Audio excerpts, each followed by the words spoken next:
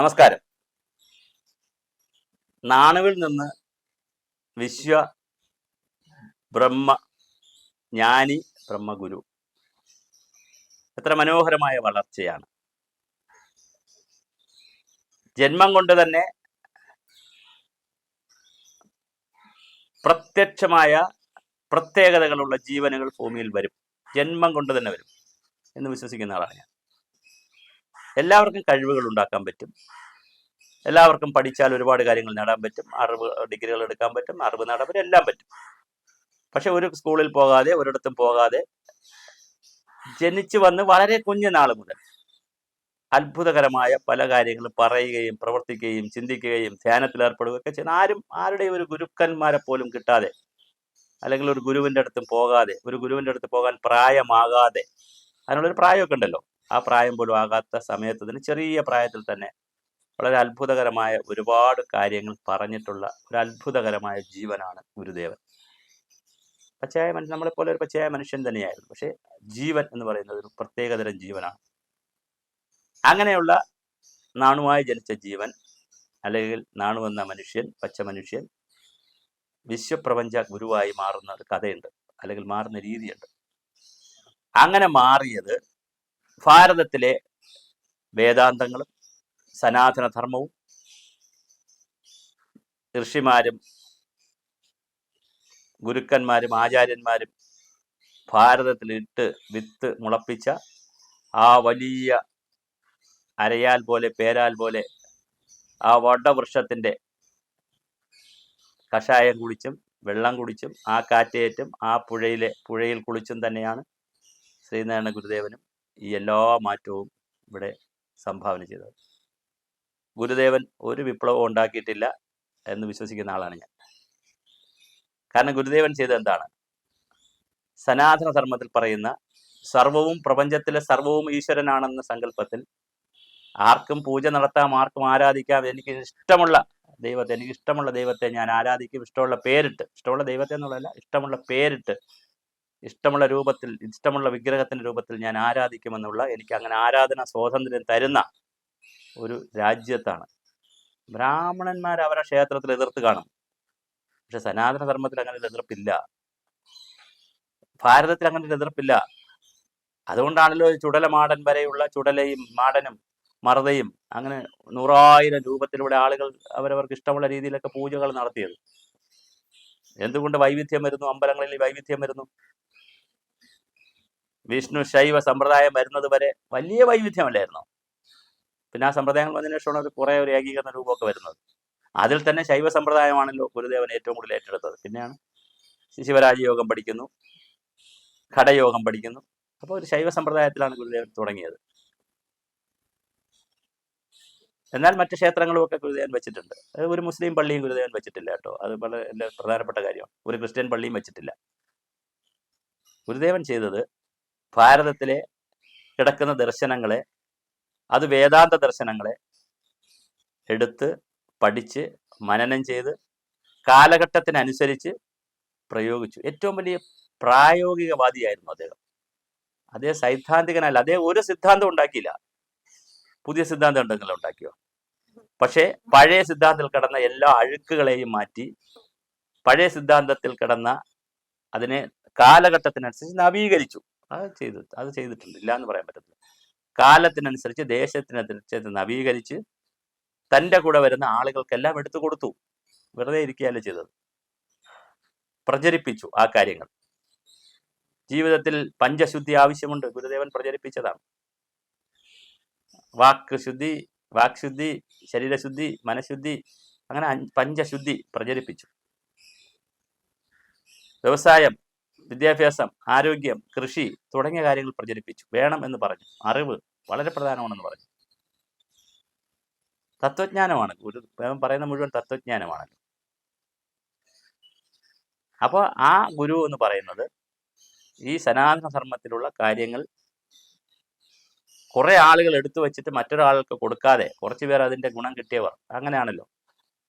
അധികാരവും സമ്പത്തും പദവിയും ഒക്കെ എപ്പോഴും അങ്ങനെയാണ്. കിട്ടിയവർ ആർക്കും കൊടുക്കത്തില്ല, അവർ വെച്ചുകൊണ്ടിരിക്കും. അത് വീട്ടിൽ കുടുംബമായാലും നോക്കിക്കോളൂ നിങ്ങൾ. ഭാര്യയും ഭർത്താവും ഉണ്ടെന്ന് വിചാരിച്ചോളൂ. ഭാര്യയ്ക്ക് ജോലി ഉണ്ടെങ്കിൽ ഭർത്താവിൻ്റെ കാര്യം ഗോവിന്ദ, ഇനി ഭർത്താവിന് ജോലി ഉണ്ടെങ്കിൽ ഭാര്യയുടെ കാര്യം ഗോവിന്ദ. ഈ സമ്പത്ത് കൈകാര്യം ചെയ്യുന്നതിലെ വീട്ടിനകത്ത്, ഒരു വീട്ടിൽ ഇത്രയും മോഡേൺ സൊസൈറ്റി പോലും ഉണ്ടല്ലോ, ഈ വളരെ മോഡേൺ എന്ന് നമ്മൾ പറയുന്ന ഈ ആധുനിക സൊസൈറ്റിയിൽ പോലും ഉണ്ട്. രണ്ടുപേർക്കും ജോലി ഉണ്ടെങ്കിൽ രണ്ടുപേർക്കും സമ്പത്ത് സ്വതന്ത്രമായി കൈകാര്യം ചെയ്യാൻ പറ്റും. അല്ലെങ്കിൽ റിക്വസ്റ്റ് ചെയ്യാനേ പറ്റൂ, ചേട്ടാ എനിക്കിത് വാങ്ങിച്ച് തരുമോ, മോളെ അല്ലെങ്കിൽ ചങ്ങാതി എനിക്കിത് വാങ്ങിച്ച് തരുമോ, അല്ലെങ്കിൽ എനിക്ക് രൂപ 10 രൂപ ഒന്ന് റീചാർജ് ചെയ്ത് തരുമോ എന്ന് ചോദിക്കാനേ പറ്റുള്ളൂ. അതായത് പൈസ എടുത്തുകൊണ്ട് റീചാർജ് ചെയ്യാൻ പറ്റില്ല. എടുത്തുകൊണ്ട് ഞാൻ ചോദിക്കും, നീ എന്തിനു എടുത്തുകൊണ്ട് പോയടി, ഇവിടെ കിടന്ന പൈസ കണ്ടില്ലല്ലോ എന്ന് ചോദിക്കും. അപ്പോൾ പണത്തിൻ്റെ പുറത്ത് അങ്ങനെ സ്വാതന്ത്ര്യം ഇല്ല സ്വന്തമായിട്ടില്ലാതെ. അധികാരമാണെങ്കിലോ അതുപോലെ തന്നെയാണ്, പദവികളാണെങ്കിലോ അതുപോലെ തന്നെയാണ്. അപ്പോൾ അധികാരം, പദവി, ഞാനീ പറഞ്ഞ സമ്പത്ത്, ഇതെല്ലാം മനുഷ്യനെ ഇങ്ങനെ ഭ്രമിച്ചുകൊണ്ടിരിക്കും. ആ ഭ്രമത്തിൽ നിന്നുള്ള മോചനം കൂടി നേടി എല്ലാവർക്കും ഇതൊക്കെ അവകാശമുണ്ടെന്നും അവിടെ നിങ്ങളുടെ ജാതിയും മതവും വർഗവും വർണ്ണവും പെണ്ണ് ആണെന്നൊക്കെ പറഞ്ഞ് നിങ്ങളവിടെ ഈ കാണിച്ചു കൂട്ടുന്ന പേക്കൂത്തുകളൊന്നും കാണിക്കരുത്. ഒറിജിനൽ ധർമ്മം ഇതാണ് ഗുരുദേവൻ ചെയ്യേണ്ടത്.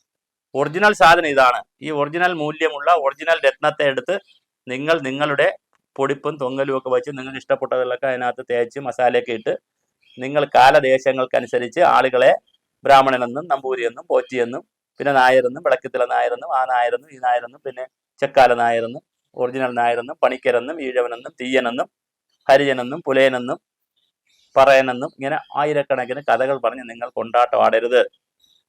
ഈ ഒറിജിനൽ സാധനം അതല്ല. ഒറിജിനൽ സാധനം ഈ ബ്രഹ്മത്തെ മനസ്സിലാക്കലാണ്, ഈ പ്രപഞ്ചത്തെ അറിയലാണ്. ഞാൻ ബ്രഹ്മം എന്ന വാക്കിനെ വേറെ പ്രപഞ്ചം എന്ന് പറയാനാണ് എനിക്ക് കൂടുതൽ ഇഷ്ടം. ഈ യൂണിവേഴ്സിനെ മനസ്സിലാക്കലാണ്. ആ യൂണിവേഴ്സിൽ ആത്മാവെന്ന് പറയുന്ന സോളുണ്ട്, നമുക്ക് സോളുണ്ട്, നമുക്ക് അതുപോലെ തന്നെ പ്രപഞ്ചത്തിനൊരു സോളുണ്ട്, നമുക്ക് മൈൻഡുണ്ട്, പ്രപഞ്ചത്തിന് മനസ്സുണ്ട് എന്നൊക്കെ പറയുന്ന ആ വലിയ സനാതനമായി കിടന്ന ഇവിടെ ഒരു ധർമ്മമുണ്ടല്ലോ, ഒരു ചിന്തയുണ്ടല്ലോ. അതിൽ കിടന്ന് ഗുരുദേവൻ ഇങ്ങനെ ചക്കൽ എണ്ണയാട്ടും പോലെ ഗുരുദേവൻ അതിങ്ങനെ അതിനകത്ത് കിടന്ന് മറിഞ്ഞ് അതെല്ലാം കൂടി കണ്ടുപിടിച്ച് അതിനെ നവീകരിച്ച് അതിൻ്റെ അഴുക്കെല്ലാം എടുത്ത് കളഞ്ഞ് ഈ പറഞ്ഞ അഴുക്ക് പിടിക്കാൻ നിൽക്കുന്ന ആളുകളൊക്കെ പോടാ. വേറൊരു കാര്യം കൂടെ ഉണ്ട് കേട്ടോ, ഒരാളോട് ഗുരുദേവൻ അടിയുണ്ടാക്കിയില്ല. ഗുരുദേവന് ആരും അടിയുണ്ടാക്കിയില്ല. വേണമെങ്കിൽ തല്ലേ അടിയൊക്കെ ഉണ്ടാക്കാറുണ്ട്, വലിയ സംഘർഷങ്ങൾ നടക്കുമല്ലോ. ഒരു ബ്രാഹ്മണന്മാരെയോ അല്ലെങ്കിൽ നമ്പൂതിരിമാരോ അല്ലെങ്കിൽ മുന്നോക്ക സമുദായത്തിലോ അന്ന് അല്ലെങ്കിൽ ആരോ ആവട്ടെ ക്ഷേത്രം കൈകാര്യം ചെയ്തിരുന്നവരടുത്ത് പോയി അവിടെ അടിയുണ്ടാക്കി ക്ഷേത്രത്തിന് വലിയ തല്ലിപ്പൊളിച്ച് അകത്ത് കയറി അങ്ങനെയൊന്നുമല്ല ഗുരുദേവൻ ചെയ്തത്. ഗുരുദേവൻ ചെയ്തത് ഇപ്പുറത്ത് എനിക്കും എന്നെ വിശ്വസിക്കുന്നവർക്കും എൻ്റെ കൂടെ ഉള്ളവർക്കും ആരാധന നടത്താൻ സ്വാതന്ത്ര്യമുണ്ടെന്നും ആ സ്വാതന്ത്ര്യം തന്നിരിക്കുന്നത് സനാതനം എന്ന് പറയുന്ന ഭാരതത്തിന്റെ സംസ്കാരമാണെന്നും ആ സംസ്കാരം തന്നിരിക്കുന്ന സ്വാതന്ത്ര്യത്തെ ഞാനിതാ വിനിയോഗിക്കുകയാണെന്നും അങ്ങനെ പ്രഖ്യാപിച്ചു പോലുമില്ല. രാവിലെ എണീച്ചിട്ട് ഇങ്ങനെ പ്രഖ്യാപിച്ചോ ഇങ്ങനെയൊക്കെ പറഞ്ഞിരിക്കുകയാണെന്നല്ല. ഇന്ത്യൻ ഭരണഘടന എന്ന് പറഞ്ഞാണല്ലോ നമ്മളിപ്പോൾ ബഹളം ഉണ്ടാക്കുന്നത്. ഭരണഘടന മുക്കിന് നമ്മൾ ഭരണഘടന എന്ന് പറയും. ഭാരതത്തിനൊരു ഭരണഘടന ഉണ്ടായിരുന്നതേ. അതാണ് ഋഷീശ്വരന്മാർ എഴുതി വെച്ച ശ്രുതികളിലും ഒക്കെ എഴുതി വെച്ചത്. അതിനകത്ത് ഒരുപാട് കള്ളത്തരം കയറിയിട്ടുണ്ട്. അത് പ്രയോഗിച്ചപ്പോൾ ഒരുപാട് കുഴപ്പങ്ങൾ പറ്റിയിട്ടുണ്ട്, തർക്കമില്ല. പക്ഷെ അതിൽ എഴുതി വെച്ചിരിക്കുന്ന തിന്മകളെ കളഞ്ഞേക്കുക, അഴുക്കിനെ കളഞ്ഞേക്കുക. അതിൽ വെച്ചിരിക്കുന്ന നന്മകളെ എടുത്ത് അതൊരു സമൂഹത്തിന് കൊടുത്ത് ആ സമൂഹത്തിനോട് ഉയരാൻ പറഞ്ഞ് അത് ജ്ഞാന രൂപത്തിൽ ഉയരാൻ പറഞ്ഞിട്ടുള്ള പുസ്തകത്തിന്റെ രൂപത്തിൽ, എഴുത്തിന്റെ രൂപത്തിൽ, പ്രഭാഷണ രൂപത്തിൽ പ്രായോഗികമായി കാര്യങ്ങൾ കൊടുത്തിട്ടുള്ള രണ്ടാം ആദിശങ്കരനാണ് ഗുരുദേവൻ. നിർഭാഗ്യവശാൽ ഗുരുദേവൻ കേരളത്തിലാണ് ജനിച്ചത്. അതൊരു നിർഭാഗ്യമാണ്. ആദിശങ്കരന് കിട്ടിയ ഒരു ഭാഗ്യം. ആദിശങ്കരൻ കേരളത്തിലാണ് ജനിച്ചതെങ്കിലും രാജ്യത്ത് വിവിധ സ്ഥലങ്ങളിൽ പോയി മഠങ്ങളൊക്കെ സ്ഥാപിച്ച് രാജ്യം മുഴുക്ക സഞ്ചരിച്ചു. പക്ഷെ ഗുരുദേവൻ അങ്ങനെയല്ല, രാജ്യം മുഴുക്ക സഞ്ചരിച്ച് പോയി കേരളത്തിലാണ് കൂടുതൽ നമ്മുടെ കാരണം അശരണരായ ആളുകളുടെ ആണല്ലോ, ഇങ്ങനെ എൻ്റെ കൂടെയുള്ള ആളുകളാണല്ലോ, അല്ലെങ്കിൽ നമ്മുടെ അത് സ്വാർത്ഥതയൊന്നുമല്ല, ഇത് കാണുമ്പോൾ ദുഃഖമുള്ളത് കൊണ്ട് കൂടുതൽ സമയവും കേരളത്തിൽ ചെലവഴിച്ച് ഇവിടെ ശരിയാക്കി എടുക്കുക എന്നുള്ളൊരു കാഴ്ചപ്പാടാണ് ചെയ്തത്. അതേസമയം മറ്റ് ഭാരതത്തിലേക്ക് പോയിരുന്നുവെങ്കിൽ ആദിശങ്കരനാണോ ശ്രീനാരായണ ഗുരുദേവനാണോ ഒന്നാമതെന്നുള്ള തർക്കം പോലും അല്ലെങ്കിൽ അങ്ങനെ ഒരു ചിന്താക്കുഴപ്പം പോലും ഭാരതീയർക്ക് വരുമായിരുന്നു. കാരണം അത്രമാത്രം മഹത്തായ ഉദാത്തമായ ചിന്തകൾ, പ്രായോഗികമായ കാര്യങ്ങൾ എല്ലാം കൊണ്ടുവന്നിട്ടുള്ള ഏറ്റവും മഹത് ജീവനാണ്.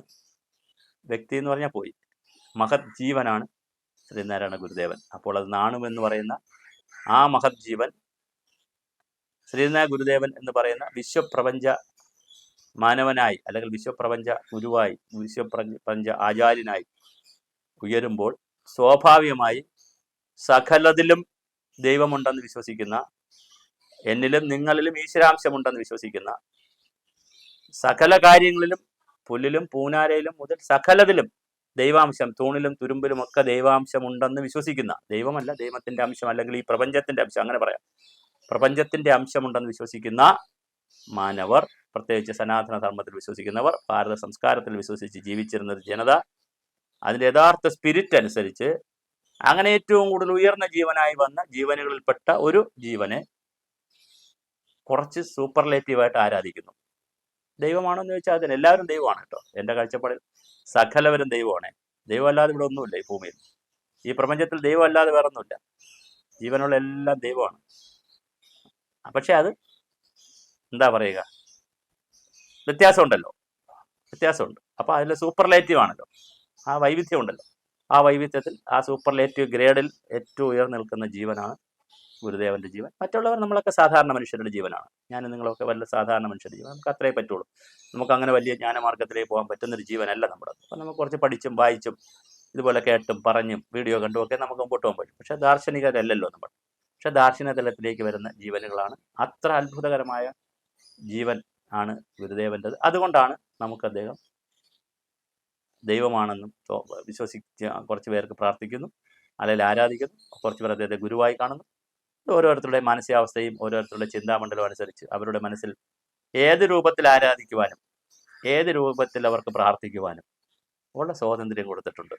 അതും കുറച്ച് പേർക്ക് ശ്രീനാരായണ ഗുരുദേവൻ നവോത്ഥാന നായകനാണ്, സന്തോഷം. കുറച്ച് പേർക്ക് ഗുരുവാണ്, സന്തോഷം. വേറെ കുറച്ച് പേർക്ക് വിപ്ലവകാരിയാണ്, കുറച്ച് പേർക്ക് ദൈവമാണ്. ഇതാണ് സനാതനധർമ്മം, ഇതാണ് സനാതനധർമ്മം. കുറച്ച് പേർക്ക് ഗുരുദേവൻ ആസ്തികനാണ്, ആയിക്കോട്ടെ.